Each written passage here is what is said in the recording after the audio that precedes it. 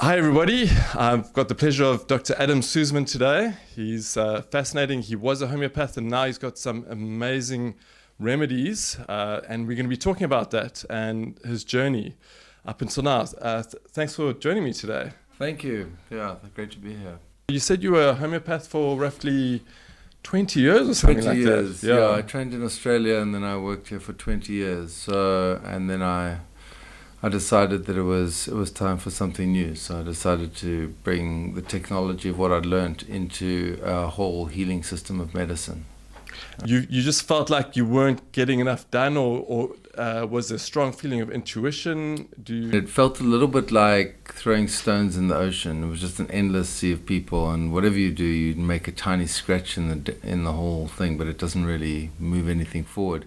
So I decided to take what I'd learned and amplify it a bit and move it in a different direction so that I could benefit more people by giving people the chance to take these medicines to work on their psyche, like a toolkit for the mind.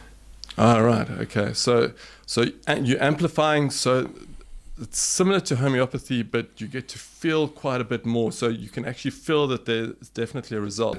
What I wanted to do here was to make the frequency stronger so that we could actually generate states in people, remove things as well, but a more general process whereby everyone could actually take part in the process without necessarily needing homeopathic remedies. Now, the things I've chosen to amplify are not traditional homeopathic remedies. There's certain things from various mystical traditions and incredibly powerful substances which I've then amplified to create an effect which is much stronger than in some cases stronger than the original. So I've actually been able to bridge the spirit and matter where normally you wouldn't be able to feel it, but in this case they're actually stronger than the original by layering the frequency on top of itself until you get a very strong molecule. The image I like to use is like if homeopathy is throwing stones in the water creating ripples, what I've done is I've layered and layered and layered the frequency on top of itself till it's like a grapefruit.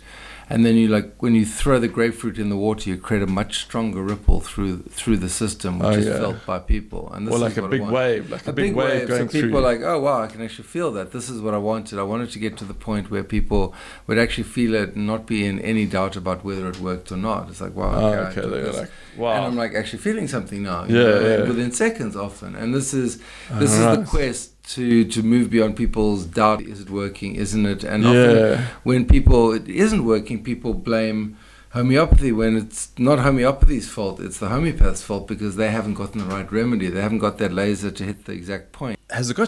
The immortality, has it got to do with this jellyfish, this immortal jellyfish that they've discovered? Yes, the Turritopsis Dohrnii. Turritopsis Dohrnii, okay. I was able to get a sample from Japan of this jellyfish, and then I basically milked the jellyfish. I returned the jellyfish to the sea afterwards. But what happens with this jellyfish is... You milked the jellyfish? I'll get into the detail. Right. I did it. Okay. It's like just for the vegans. Yeah, it's like... I can't imagine you with no. It's a bit more complicated. So jellyfish teeth. So what happens with the jellyfish is it either gets old or it gets injured, and then it sends this biochemical message to itself to return to an earlier version of itself. So what happens with the jellyfish, say it cuts itself on a rock, it'll drop down to the bottom of the ocean, it'll attach to a rock, and then it'll dissolve into primordial or like undifferentiated stem cells and then bloom again like a flower. So dissolves into stem cells, and then over 3 days it blooms again.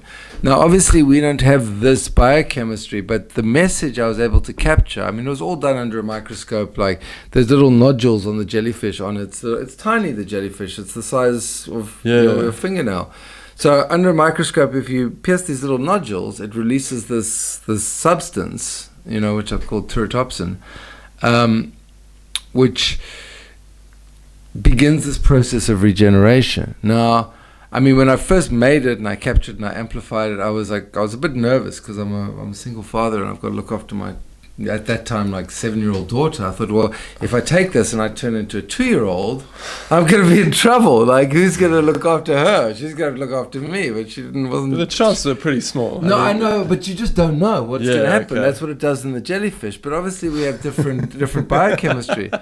So what it did do when I took it was the sense of like, my energy just went crazy. I was like, I had so much energy. I was running around in the middle of the day. In the middle of the night, I was waking up at like 3 a.m. to work. I was just pacing up and down.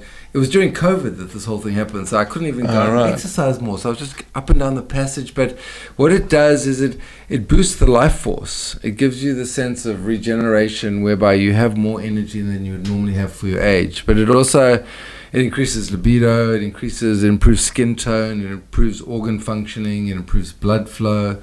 People get less cold in winter because the blood's flowing better.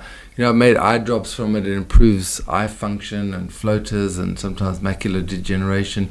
Even, when it's used topically on cancer cells, it boosts the immune system to the point where it actually reabsorbs some of these cancer cells. So what it's basically doing when we take it either externally or internally is it's saying, return to an earlier version of yourself. And obviously at an earlier version of yourself, if you're like, I'm 54, but at like a 25-year-old version, I'm a lot stronger. The cells are a lot stronger. They're able to maintain a lot better. As we get old, everything starts to break down. So this was to turn the tide in it, because I realized that even if I was giving people liberation and redemption, they were still doomed to get old and die. But if I could find a way to reverse this process, and we didn't necessarily have to get old and die, or at least prolong it,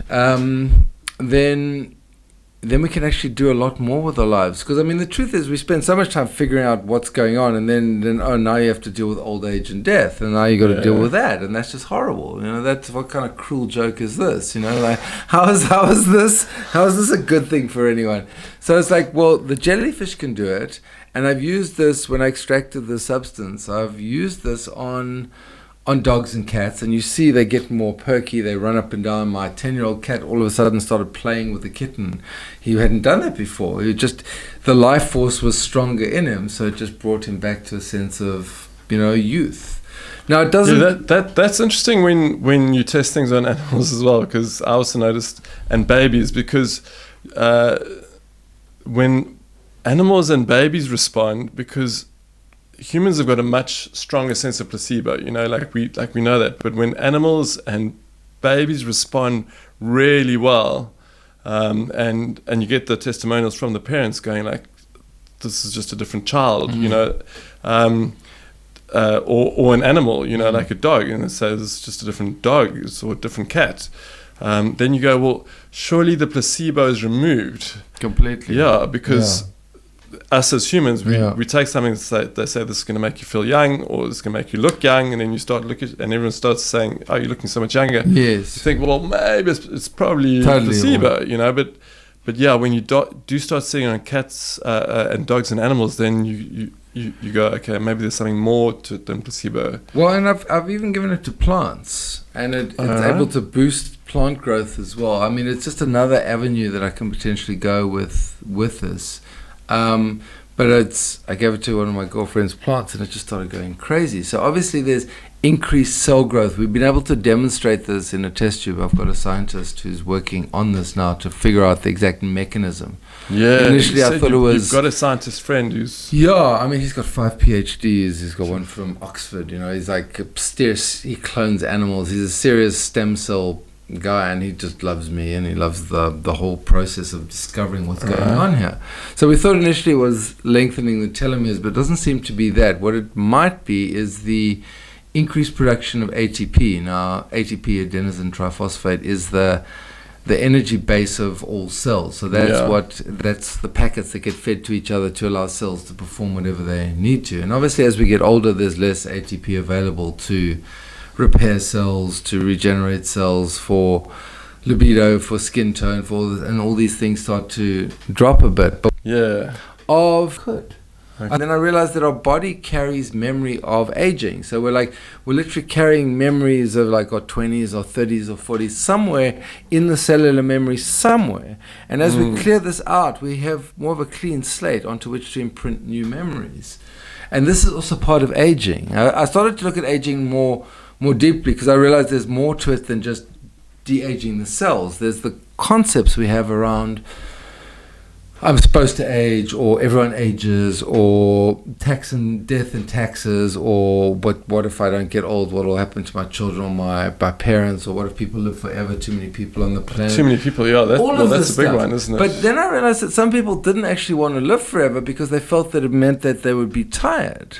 Right? Oh, yeah. But when you take this, you don't feel tired, you feel young and enthusiastic again. Yeah. It's like, okay, so I built this whole business on immortality, this remedy, because I had the juice for it. I mean, I was at a time where I was like overloaded with childcare, and like bringing up a child by yourself is like exhausting. And trying to run a business, but I had the juice for it.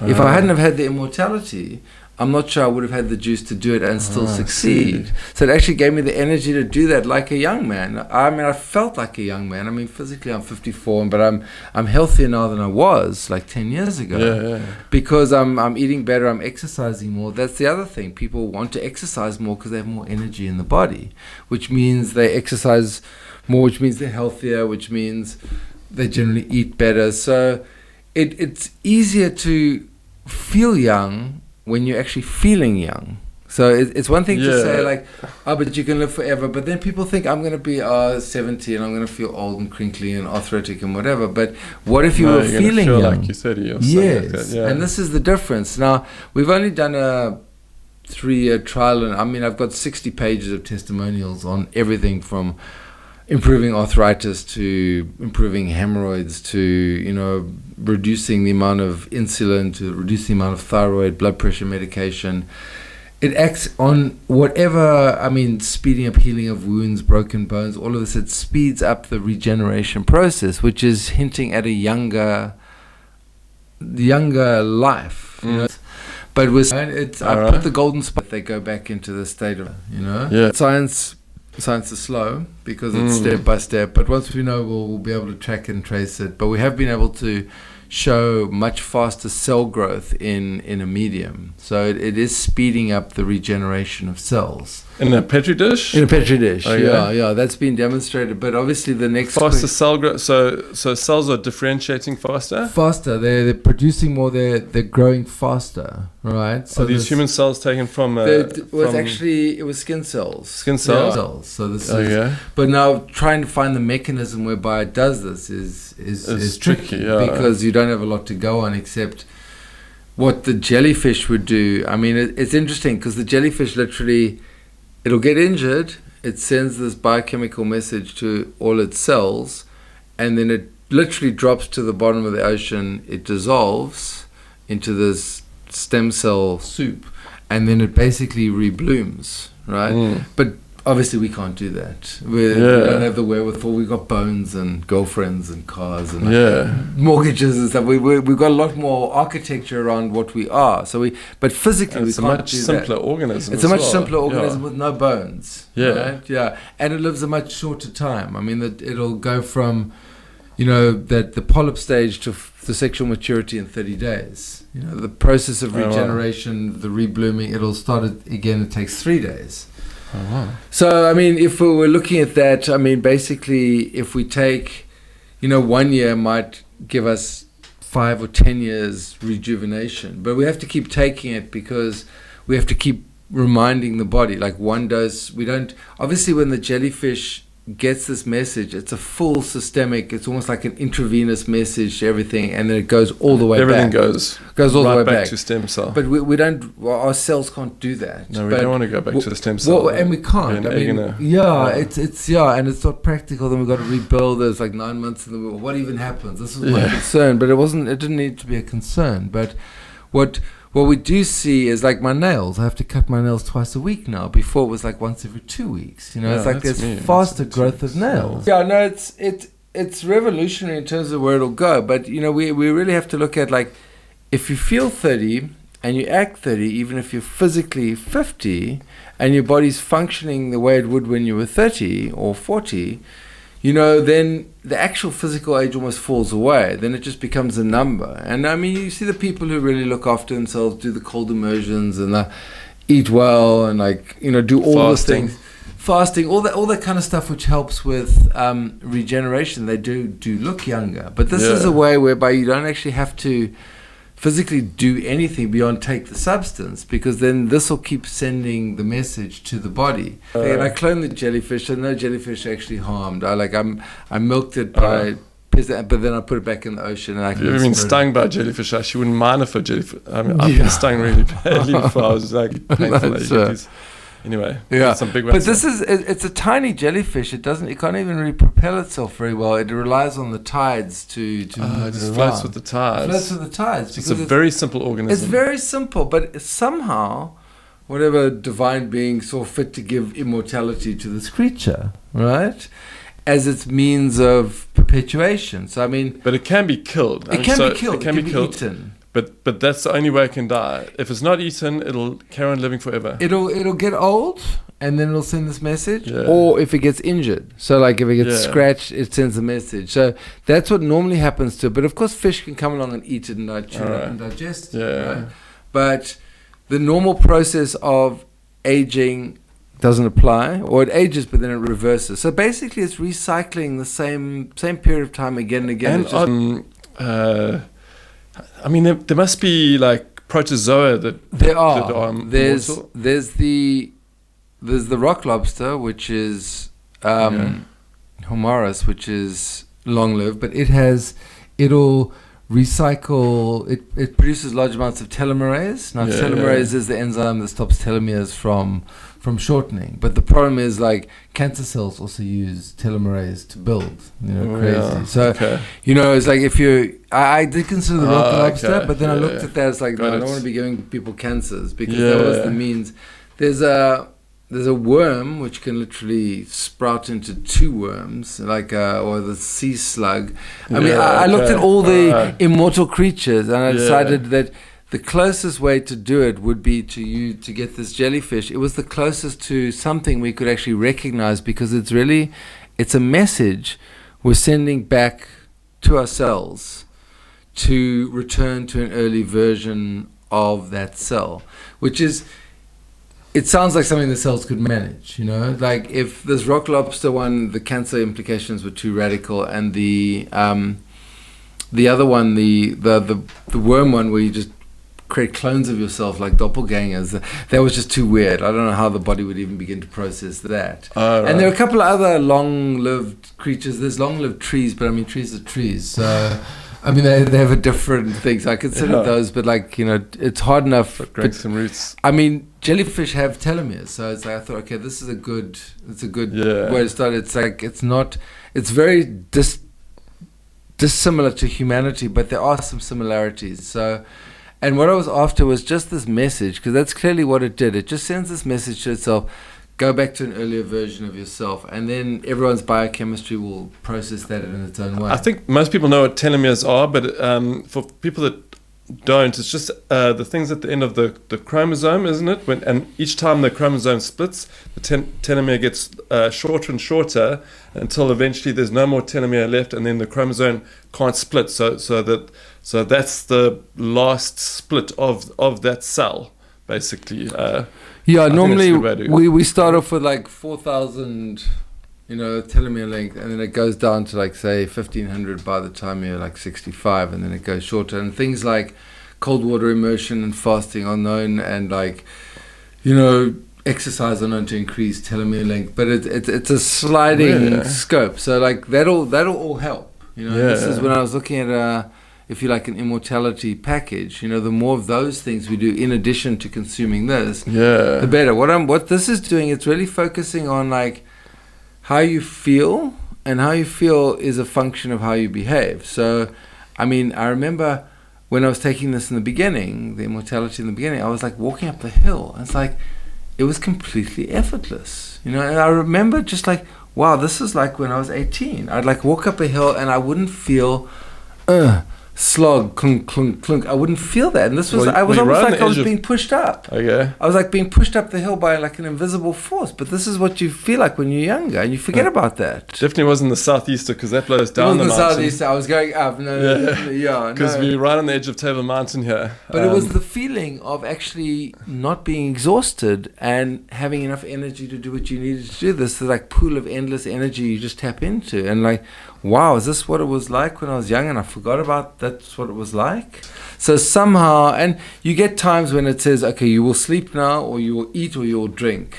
You know, it's like I need the nutrients to rebuild this. So you've got to listen. You've got to listen to your body as well. Listen to your body, or it'll make it so that like, oh, I'm so tired. I've actually just got to lie down. But in that lying down, obviously that's where the regeneration is occurring. Okay. Yeah, and it might happen in the middle of the day. It happens less and less. So you're not just forward. non-stop all the. It doesn't just make you go non-stop all the time. Like it'll drop you. It'll like drop a 2-year-old. you. I mean, 2-year-olds also just fall over and sleep as well. Yes, You know, well, it's kind of like that. Yeah, but I've made two substances, companion substances, like a trinity for the immortality.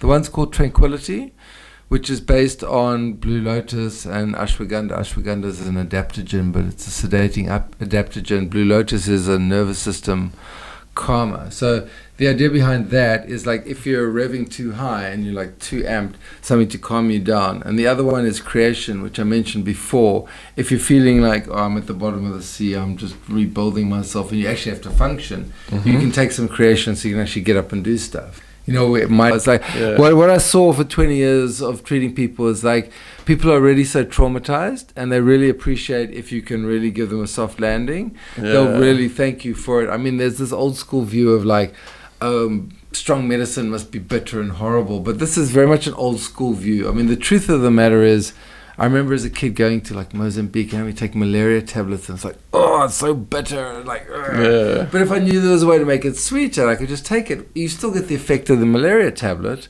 without the trauma of trying to force this incredibly bitter pill down a child's throat. So that's what I've looked at here. I've looked at making it as enjoyable and as fun and as pleasant as possible, the whole process. But as effective as well. As effective. No, effectiveness is first, you know.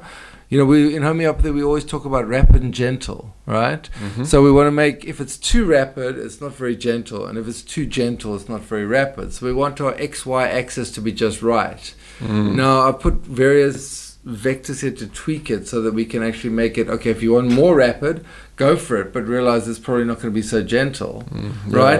And if it's too slow, then you can make it more rapid. But I like people to work out what, you know, everyone's like, I'm hardcore, I can go hard, but we can't always go hard all the time, because sometimes we actually just need to go down and rest and you just need time out, you know?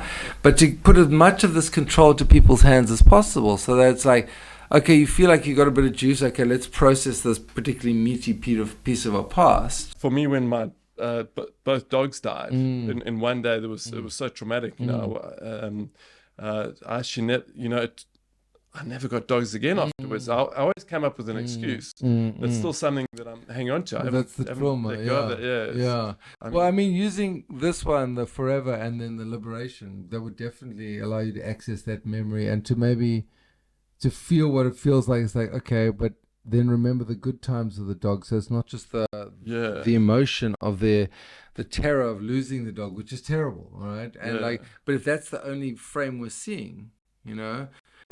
So when you thought of dogs, it would go back there. It's like, oh, actually, why don't I get a dog? You know, you almost forget the negative stuff. Yeah, because the brain does want to latch on to because it doesn't want to get hurt again. Well, that's it. Yeah, that's its default mechanism. It doesn't want to go through that pain, and then it just will naturally. It'll steer you away from it. Yeah, steer you away from it. Find every other excuse in the book. Yeah, why not to get a dog? You know. But I mean, when it comes down to it, like, we should be the ones choosing, not the reactive patterning, because that's all it is. Yeah. And I mean, that stuff is there for a reason. So like, okay, walk across the road, bang, you get hit by a car because you're not looking where you're going. So it's like, okay, the message is, look where you're going. Look where you're going. Yeah. And if we didn't have pain, we wouldn't learn that message. Yeah. But you know, maybe we break a leg when that happens. So we don't necessarily, but it doesn't mean we're not going to go back into the road. Yeah. So pain is there for a reason, but you know, okay, the trauma was there. It's like, well, maybe it'll teach you the preciousness of like loving the dogs every moment because they could go,